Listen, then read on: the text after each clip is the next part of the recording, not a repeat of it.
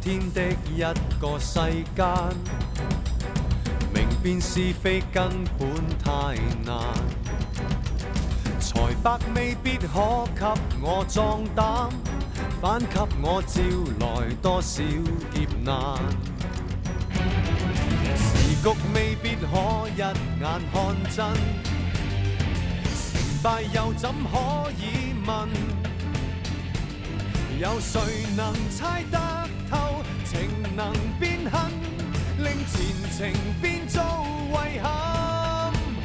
藉着信心不作罷，處處風險，像喝杯茶，歷盡困境，才能會通天下。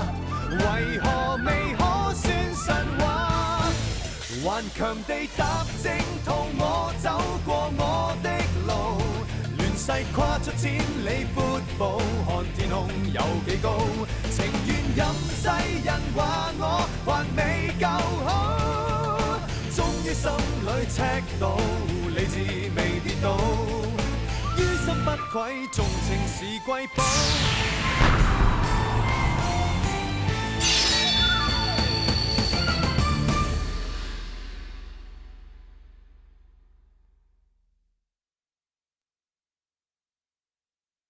將家業交俾我哋，呢啲係咩道理啊？我唔服，我點都唔服。夠啦！我話范子齊可以繼承鼎豐城，佢並唔係外人，我會同佢成親，佢將會係我哋喬家嘅女婿。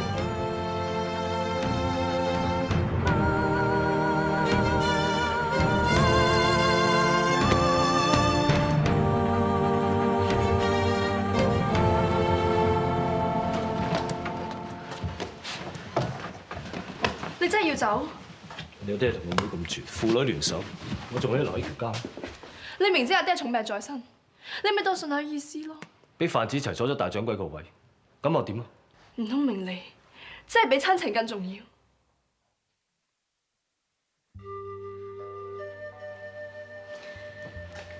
我以前一直為相公你籌謀，希望你可以出人頭地。原來一直以嚟我都係錯，你根本冇為過喬家着想，你淨係為自己打算。我唔想再聽人教訓，你唔跟我走㗎啦。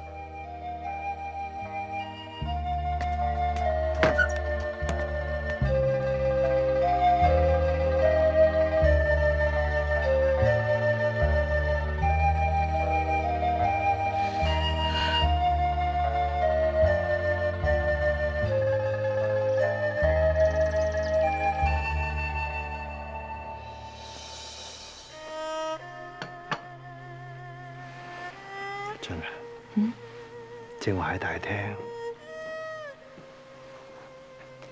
只要阿齊成為我哋喬家嘅女婿，佢就可以名正言順接管鼎豐城。但係張公子，我同佢早已經一刀兩斷。點解？到底發生咩事啊？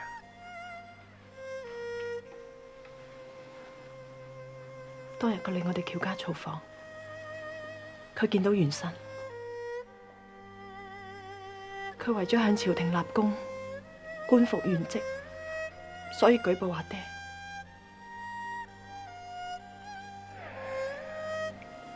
真係估唔到，但係你都唔需要為票號犧牲啦。咁阿爹覺得阿齊可唔可以接管鼎豐城啊？我記得阿爹話過，唔可以將祖業毀喺自己手上邊。姐夫不成氣候，阿爹身邊冇人依傍，我身為女兒，唔通可以坐視不理咩？祖業係重要，但係你嘅幸福一樣咁重要。阿齊係一個好人，女兒深信呢段婚姻一定可以幸福美滿嘅。但係爹，女兒心意已決嘅，希望阿爹允許呢段婚事。就算我答允，阿齊佢，阿爹你放心啊，我會好好咁同阿齊商量。咩話？係張公子舉報財東嘅？我經已同佢恩斷義絕，我係真心嫁你嘅。二小姐，我知你咁做係為咗喬家家業嘅。係，但係成親之後，我一定會克盡己任，相夫教子，做個賢妻良母。但係咁樣做，實在太委屈你啦。身為女兒家，我根本幫唔到阿爹。如果可以幫到鼎豐盛，我咩都願意做。三掌櫃，我求你成全啦。之但係，如果三掌櫃肯入贅喬家，我唔介意你另立偏房。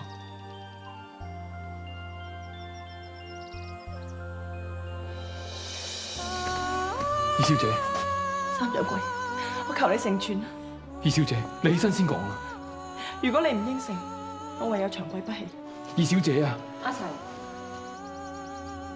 你一定要應承阿俊，唔好忘記係你欠咗喬家㗎。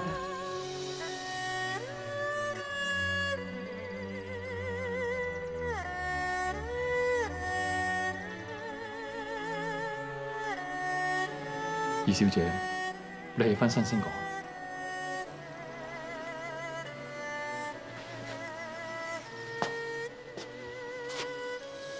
我想先見一見財東。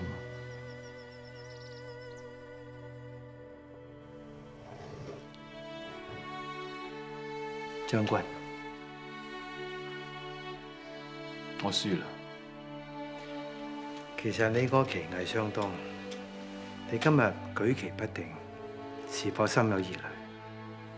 財東，阿齊係欽犯之身，實在配唔起二小姐。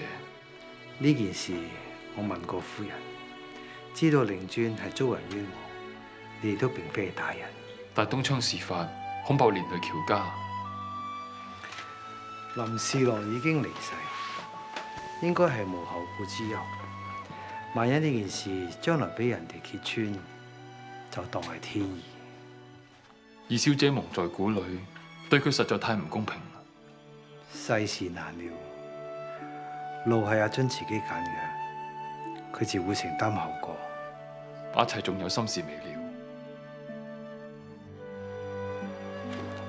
你係想替家人平反？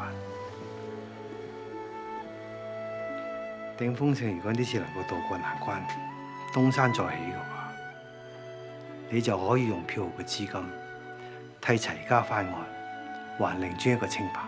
財東設想周到，阿齊再無後顧之憂。好，老夫終於有一個好女婿。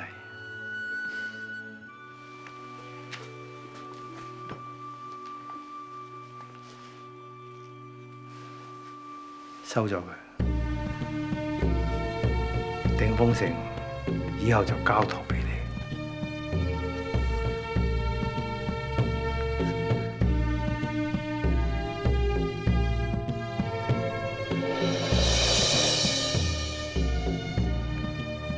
阿齊定當竭盡所能，為鼎豐盛效力，請財東放心。仲叫財東？岳長大人。好。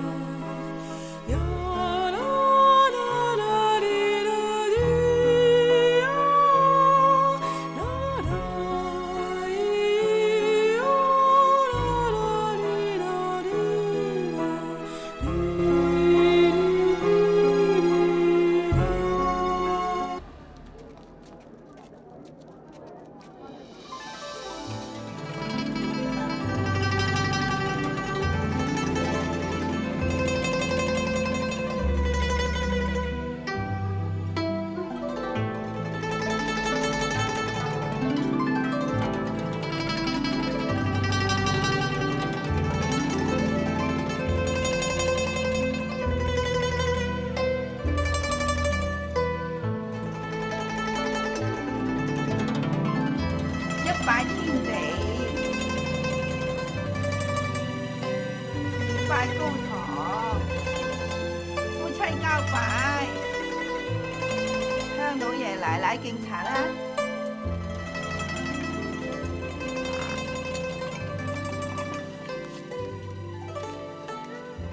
辦完好合，早生貴子，心想事成啊！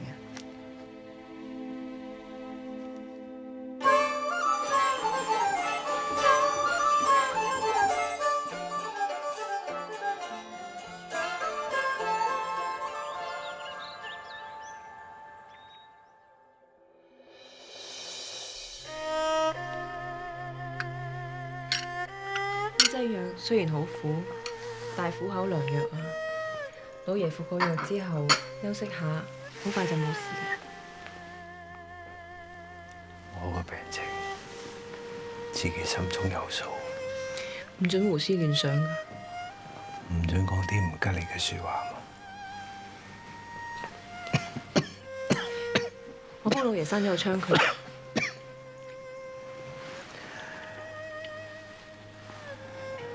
我想睇下啲梅花。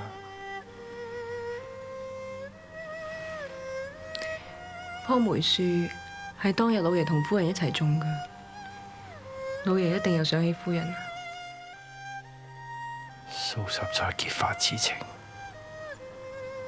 不思量，自難忘。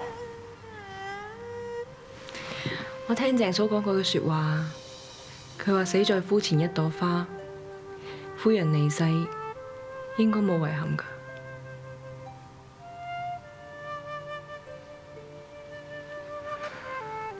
我想出去睇棵梅樹。老爺剛剛服過藥，休息下先啦。花開有時，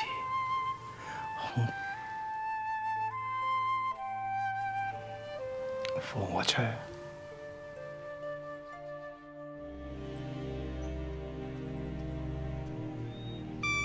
老爺，夫人，老爺，夫人，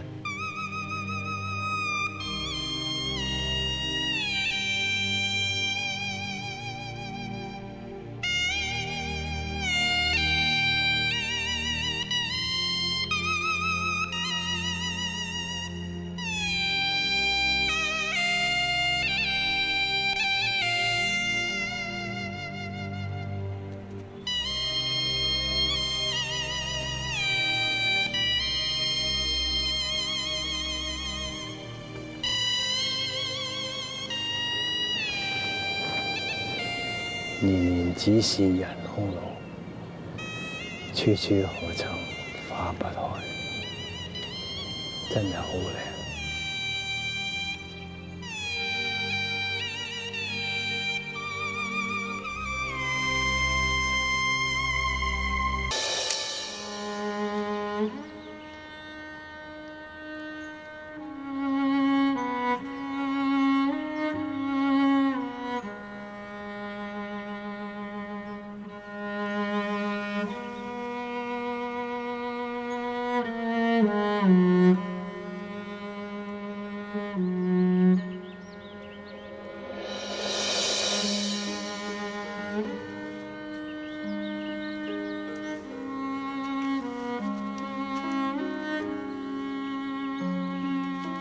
爹，送俾你嘅。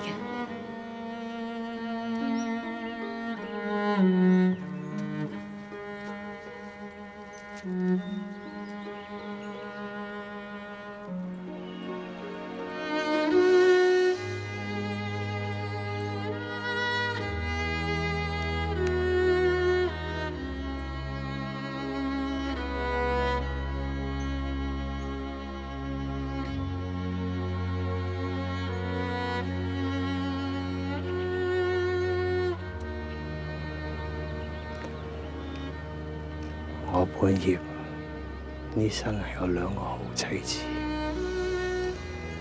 ，2個好女兒，此生衰了，但亦都無憾。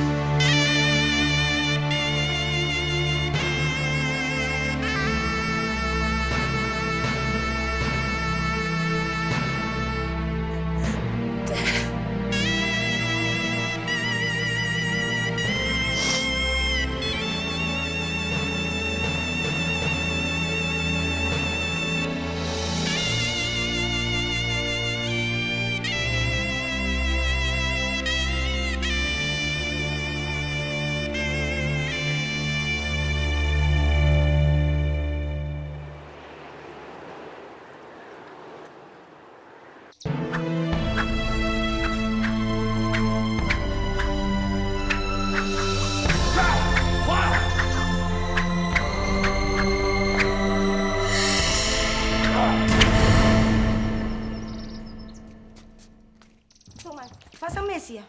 做咩啊？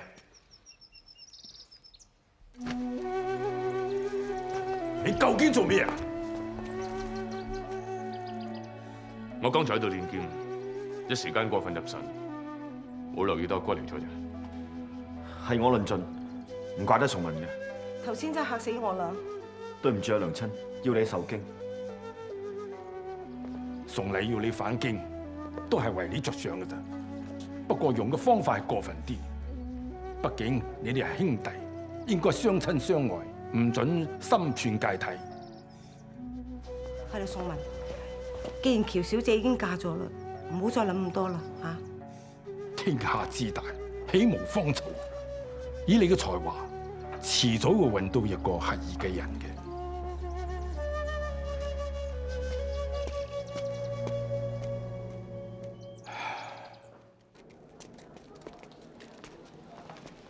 得閒咧就出嚟睇下古玩，養下心智，好過留喺屋企無所事事啊！咦，張公子？安娜小姐，啊，陶波夫先生，係啊係啊，張啊！你幾時回京㗎？我都係剛翻嚟嘅。翻嚟都唔揾我，冇當我朋友啦。邊係啊？原來陶波夫先生對中國古董都有咁嘅興趣啊！中國文化源遠流長，每個朝代都有唔同特色嘅工藝品，真係好難得㗎。哎呀，你哋開口埋口都講古董，悶死人咩？唔知點解佢對中國文化一啲興趣都冇。都唔係啊，安娜小姐對中國國畫嘅造詣都好深厚。係啊，我只不過唔中意呢啲瓶啊罐啊啫嘛。係張公子只會幫佢講説話。呢啲叫了解啊！哦，係啦，我有件元朝嘅青花精品嚟咗，唔知陶波夫先生有冇興趣幫眼睇下？好啊，元代青花乃係瓷器中嘅極品，真係要開下眼界。宋文啊，咁你招呼安娜小姐咯喎。好啊。請。唔係遇到你，我實變咗悶蛋喎。安娜小姐平時好喜歡繪畫，其實繪畫都好需要耐性嘅。誒，咁點同喎？畫畫嗰個係我，悶嗰個係俾我畫嘅人啊嘛。不過最近咧，我少咗畫畫噃，因為我學咗一種新玩意啊。係乜嘢啊？拍照啊！啊係啦，過2日咧，我會去頤和園幫老皮拍照㗎，你都一齊嚟啊！唔得，冒犯鳳眼，好大罪。我同老皮嚟講，話要帶個助手去咯，應該冇問題嘅。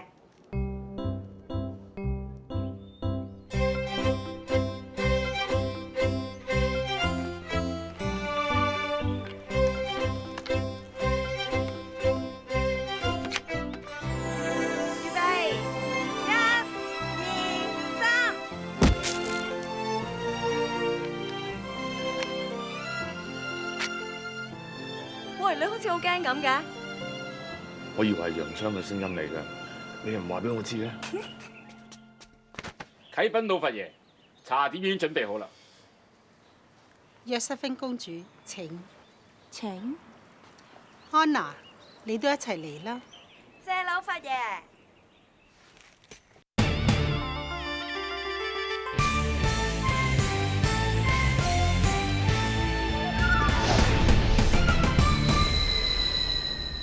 老佛爺啊，約瑟芬公主陛下咧專程預備咗份禮物嚟獻俾老佛爺噶。少少禮物，希望老佛爺喜歡。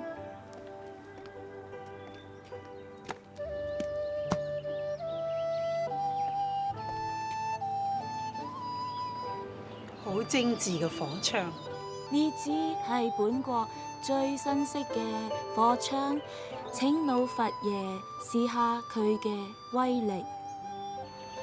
老佛爺拉萬城之軀，身係社稷，火槍玩意太過危險啦。咁不如請公主陛下示範一下啊！好。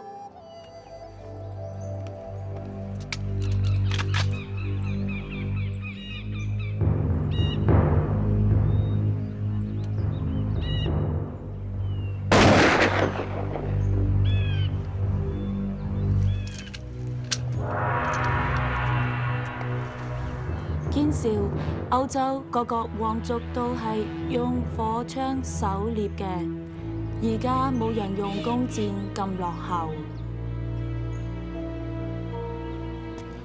請老佛爺恕罪。崇文剛才聽公主陛下所言，實在有如骨鎭在喉，不吐不快。咁你即管講啦。公主陛下所言，崇文不敢苟同。洋槍火力雖猛，但功效未必及得上弓箭。係咩？睇嚟公主陛下有啲懷疑，不如等崇文印證一下。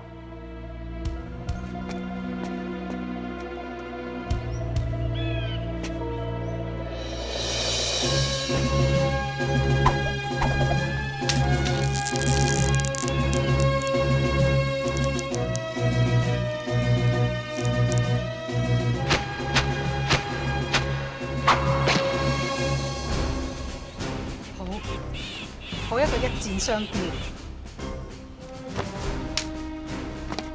果然神乎其技，睇嚟呢一位一定係大清嘅大將軍。公主陛下，在下並非將軍，只係進士一名。咁就啱啦，不如你替我哋俄國效力，保證你日後可以封爵。恐怕會令公主你失望。一來張崇文係我哋大清嘅子民，唔係咁方便為貴國效勞。二來，雖然而家佢係暫無官職，但係遲啲佢將會成為我哋大清嘅戶部郎中。謝老闆。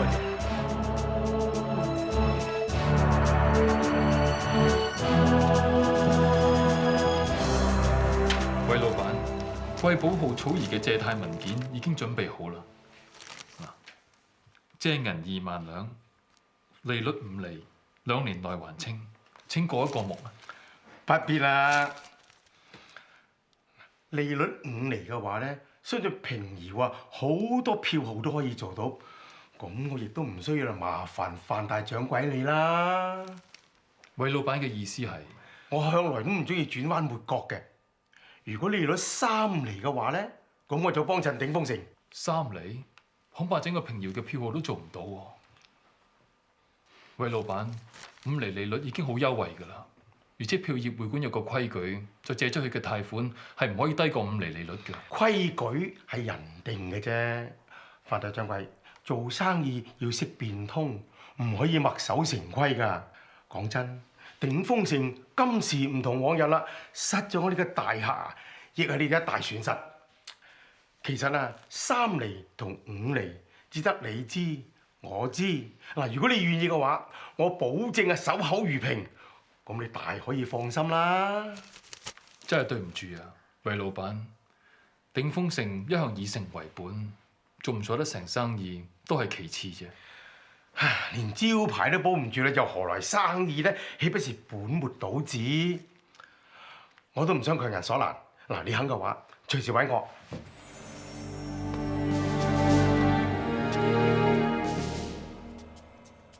最近老夫接到消息，有人企圖降低借貸利率嚟搶生意。唔係咁離譜啊嘛？究竟係邊啲害群之馬咧？呢啲只不過係謠言嚟啫。空穴來風未必無因嘅。為咗保障各位同行嘅利益，老夫決定要重新釐定借貸利率嘅下限，將借貸利率嘅下限由5厘調整到6厘。唔減反加，道理何在啊？道理好簡單，就係我哋大家都可以賺多1厘。但係小票號嘅競爭力就會大大減少。汰弱留強，那係千古不變嘅道理。不善經營嘅票號，遲早都會被淘汰㗎啦，怪得邊個啫？況且老夫都唔想樹大有枯枝，早執早著啊！曹主席，你是話留有餘地好喎？我都係實話實説啫。不過既然有人唔服氣，唔緊要。各位，老夫雖然身為主席，但係做事一向都公平嘅。依家既然有不同嘅意見，不如我哋就嚟一次公平嘅投票啦！各位，如果有人支持范大掌櫃嘅意見嘅，請舉手。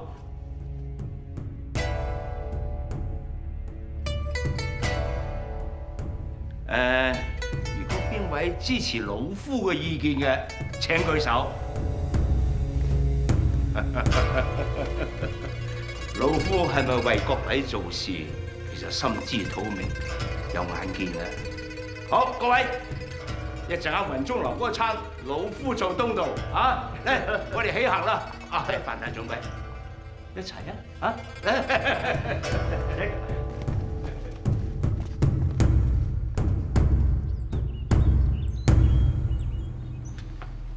嗰個曹宇泰咁絕，分明就係想頂風城執笠嘅啫。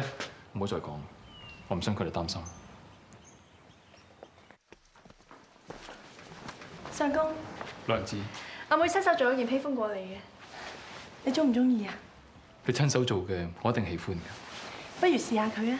唔好啦，我仲有要事同夫姨就去辦啊。子齊，你咁敷衍㗎？知唔知呢件披風阿津做咗幾個夜晚啊？你咁冇心肝，早知我都唔幫你做手包啦。手包？咩手包？你今日牛一啊，難為阿津仲諗住今日點樣同你慶祝。對唔住啊，最近票號嘅事令到我頭昏腦脹，咩事我都唔記得咗啦。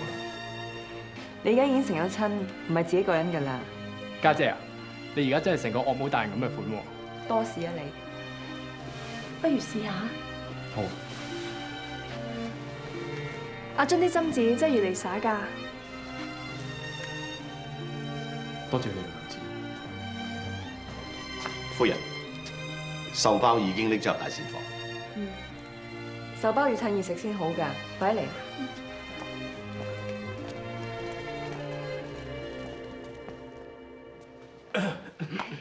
表少，表少奶。表嫂。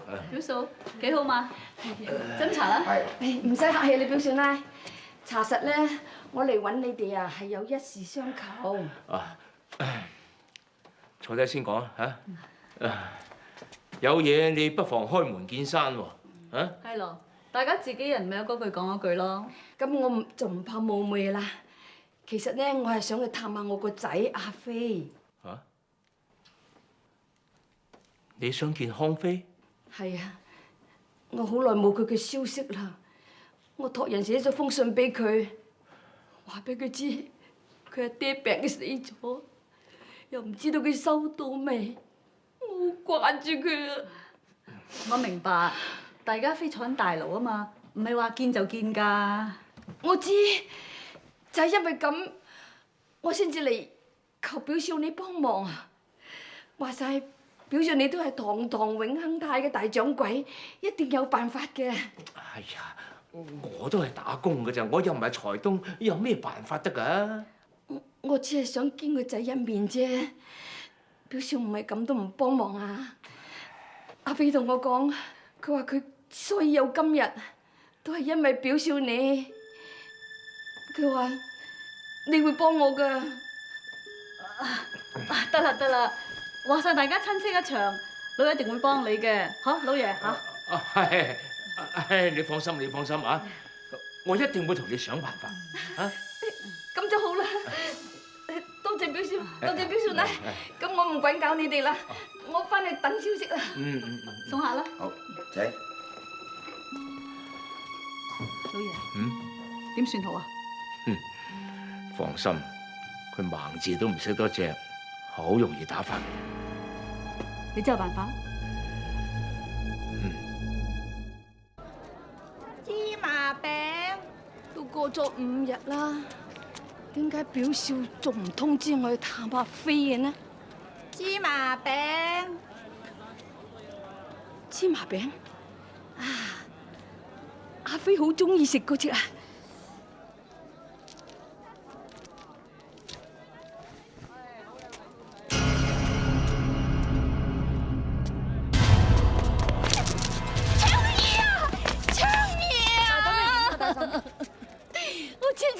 儲埋啲錢，諗住送俾佢用出，等佢好俾我探下個仔。而家乜都冇啦。你放心啦，我會幫你㗎。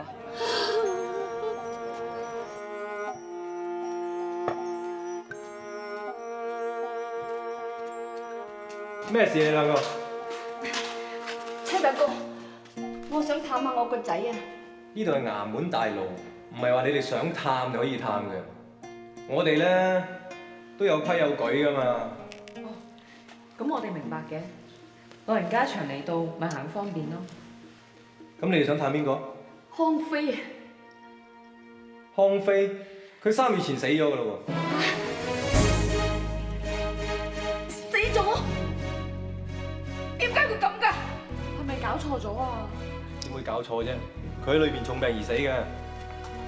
我就死咗啊！咁我點算啊？好啊，你冇跌打走啊，等我幫你着隻腳啊。哦，我啲粗皮粗肉，冇事嘅。哎呀，唔敢再滾搞你咯。今日你已經幫咗我好多啦。唔好客氣啦，身子要緊啊。人死不能復生，你唔好太難過啦。多謝你關心。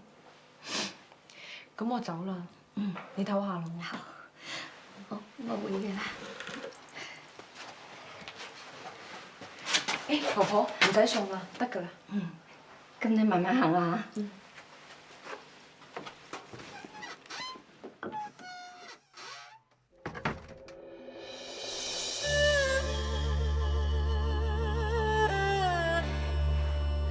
點解個天咁樣對我？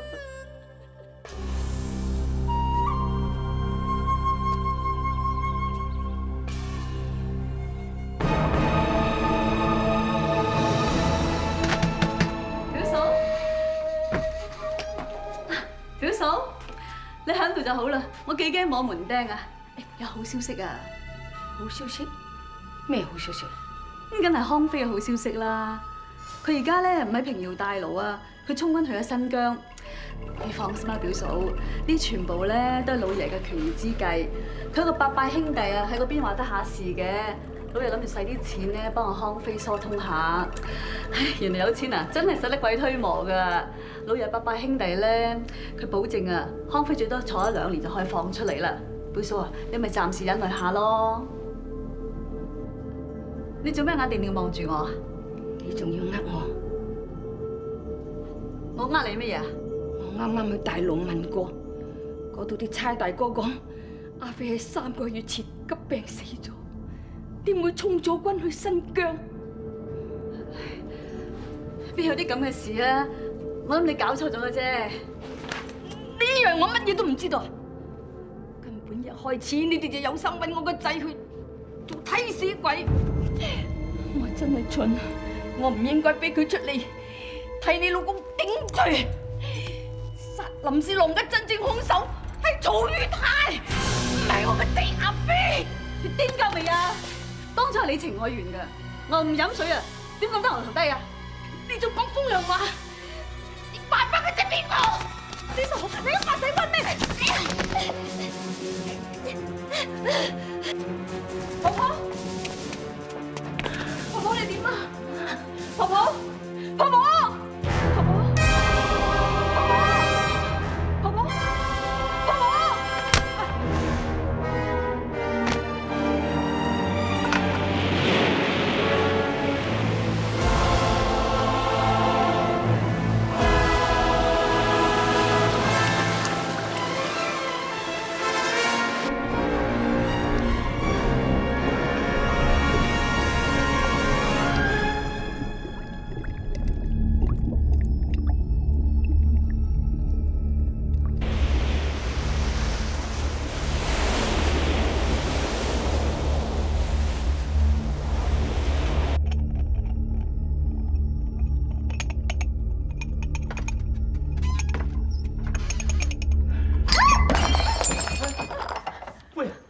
係我啊！夫人，你做咩事失魂落魄咁嘅？老爺，我殺咗人啊！我殺咗個畫啊！嚇！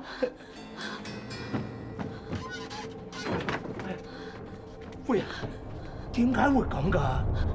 我同表嫂講嘅説話，俾佢聽到晒。佢知道林侍郎係老爺你所殺㗎。我驚你將件事張揚出去，我先出此下策咋。誒，呢件事唔係下策，係上上之策。我平時連雞都唔敢殺一隻，我而家殺咗人我。得啦，你唔使驚，冷靜啲，冷靜，坐低。我嚟問你，事發嘅時候有冇其他人見到啊？冇。咁當時康妃家娘咧？佢當時激動得滯，心未發作死咗。咁就得啦。咁即係呢件事只有天知地知你知我知，唔緊要，冇事噶啦，冇事噶啦，啊！竟然，你頭先聽到啲咩啊？細估唔到我爹娘係殺人兇手，放手啊！放開我啊！竟然，有事慢慢講啦，嚇！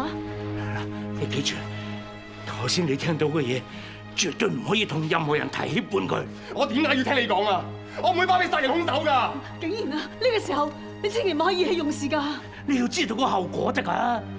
如果呢件事揭發咗出去，我哋曹家就會毀喺你嘅手上㗎啦。你係咪想咁啊？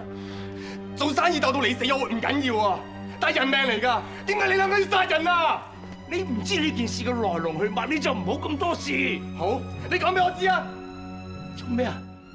你想做判官啊？阿爹辛辛苦苦勞心勞力咁多年，為乜嘢？咪就係為咗你啊！你竟然審判阿爹，竟然娘親咁做啊！但係迫於無奈啫嘛，唔通你咁都肯原諒娘親一次咩？你娘親懷胎10月，棉乾絮濕咁湊大你，你竟然一啲親情都不顧，你係咪要我兩老一命償一命你先開心啊？好，如果係嘅話，你即刻殺咗我哋兩個，爹，殺啦嘛！就得娘親求下你，娘親啊！我同你保守呢個秘密啦，好唔好？你起身先講啦。我哋唔係為自己，我哋係唔想你牽連在內咋。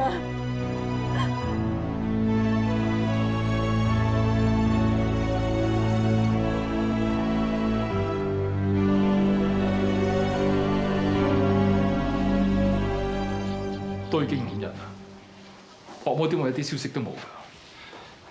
老鳳日夜都有去衙門查詢，啲官差話揾唔到。你話娘親會唔會翻咗歸化啦？應該唔會。如果係嘅話，佢冇粒聲唔出走咗去嘅。再講啦，佢嘅親人全部都已經死晒啦。會唔會俾人綁票啊？如果係嘅話，我哋應該收到勒索信㗎。點啊？有冇消息啊？傅怡晴，你好攰㗎啦，不如休息下先啊。係咯，不如食啲嘢。唔食啊！